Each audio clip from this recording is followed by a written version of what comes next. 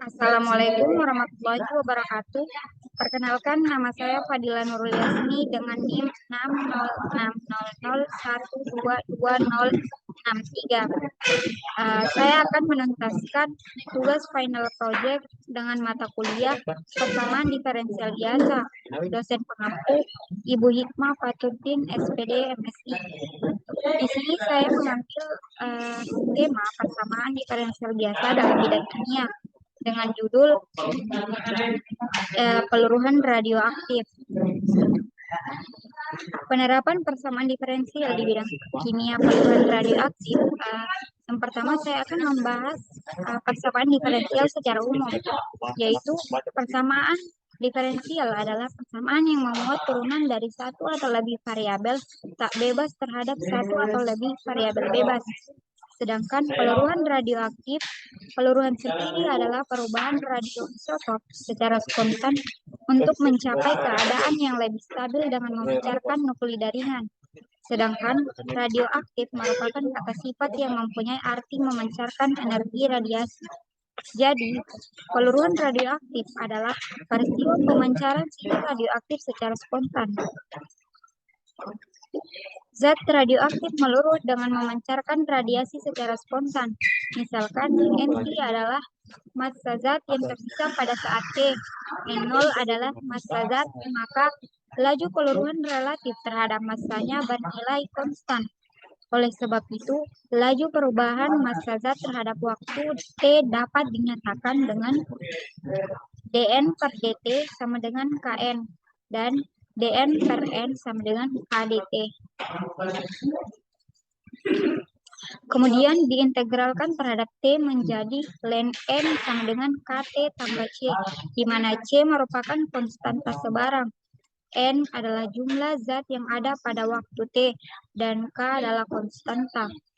Misalkan saat T sama dengan 0, N0 adalah banyak atom awal atau mula-mula zat radioaktif, maka C sama dengan N0. Jika disubstitusikan pada hasil pengintegralan, diperoleh ln N sama dengan Kt tambah C. Ln N sama dengan Kt tambah N0. Selanjutnya, E pangkat ln N kali N sama dengan E pangkat Kt kali E pangkat N0. Kemudian N sama dengan N0 kali E pangkat Kt. Maka diperoleh N sama dengan CE pangkat Kt. Contoh soal. Sebuah zat radioaktif tertentu diketahui mengalami peluruhan dengan laju yang proporsional terhadap jumlah yang diketahui. Bila pada mula-mula terdapat 50 gram zat yang sesudah 2 jam diamati bahwa zat tersebut telah kehilangan 10% massa awalnya. Yang pertama, carilah ekspresi matematisnya. Yang kedua, massa zat tersebut setelah 4 jam.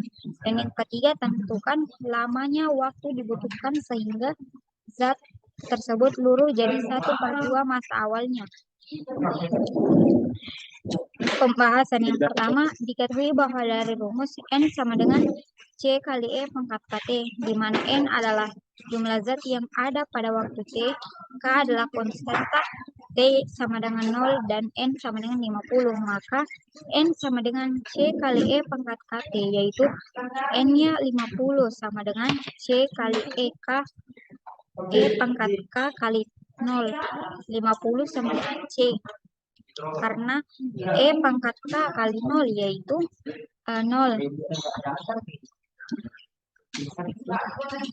Diketahui bahwa sesudah 2 jam zat tersebut kehilangan 10% massa awalnya.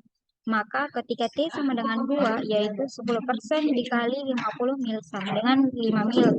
Maka massanya menjadi 50 dikurangi 5 sama dengan 45 mil. Dari perhitungan tadi, kita sudah mendapatkan N sama dengan 45, C sama dengan 50, dan T sama dengan 2. Maka disubstitusikan kepada rumus, yaitu 45 sama dengan 50 dikali E pangkat K dikali 2. 45 per 50 sama dengan 50E pangkat K kali 2 per 50 menjadi 9 per 10 sama dengan E pangkat K dikali 2 menjadi len 9 per 10 sama dengan K2. Len 9 per 10 per 2 sama dengan K. Maka K sama dengan min 0,053. Maka ekspresi matematisnya N yaitu 50E pangkat min 0,053T.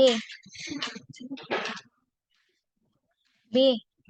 N sama dengan 50E pangkat min 0,053T. N sama dengan 50E pangkat min 0,053 kali 4 sama dengan 45,5 mg. Maka massa zat setelah 4 jam adalah 40,5 mg. Yang ketiga, diketahui pada soal massanya adalah 50 mil. Maka apabila 1/2 dari massa awalnya berarti massanya menjadi 25 mil. Maka N sama dengan 50E pangkat min 0,053T sama dengan 25 sama dengan 50E pangkat min 0,053T menjadi 25 per 50 sama dengan 50E pangkat min 0,053T per 50 menjadi 1 per 25 sama dengan E pangkat min 0,053T. Ini merupakan yang pertama itu disamakan dulu penyebutnya dan kemudian itu dibagi. Di sini mendapatkan E pangkat min 0,053T karena 50 dengan bagi 50 itu 1, jadi sama dengan itu min E pangkat min 0,053T.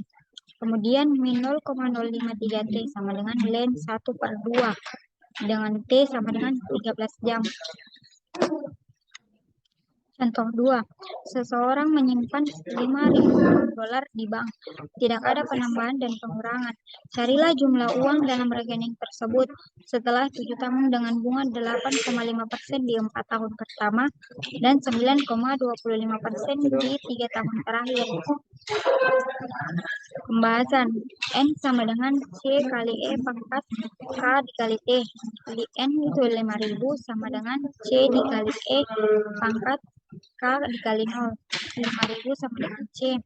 K sama dengan suka bunga. Maka N sama dengan C kali E pangkat KT menjadi 5.000 dikali E pangkat 0,085 dikali 4 sama dengan 5.000 dikali E pangkat 0,34 sama dengan 7.024,7.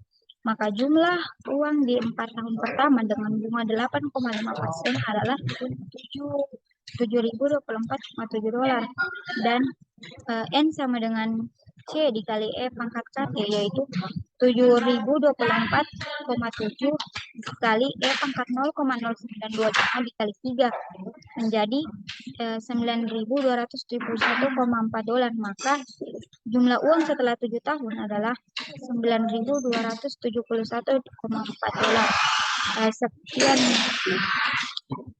Sekian dari saya. Lebih kurang mohon maaf. Wassalamualaikum warahmatullahi wabarakatuh.